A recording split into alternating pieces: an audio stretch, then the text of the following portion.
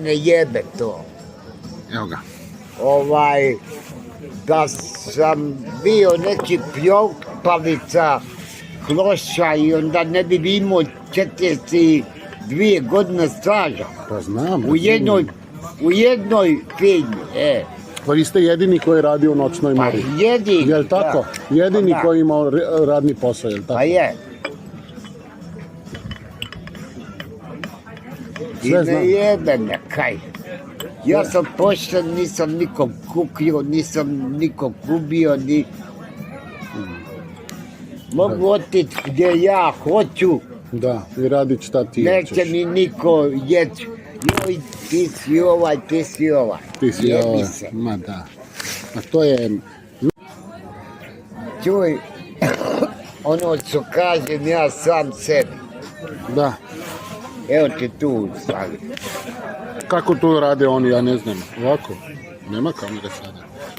Nema kamere. Sad, dobro je. Ok, super je. Kaj sam sve ojeći.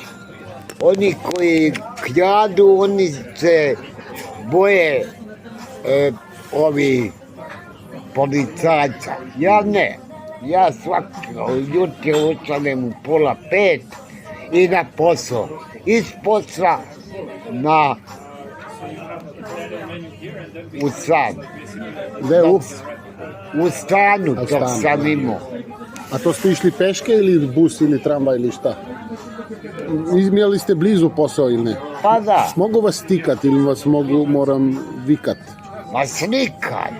Vikat, persirati, mogu vam reći ti. Pa može, Moram pa ja pitat. sam običan čovjek. Pa da, zato je.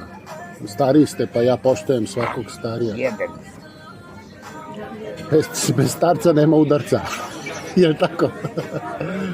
Ej, a reci mi, znači 2 mjeseca tu ili više u pičku? Ne,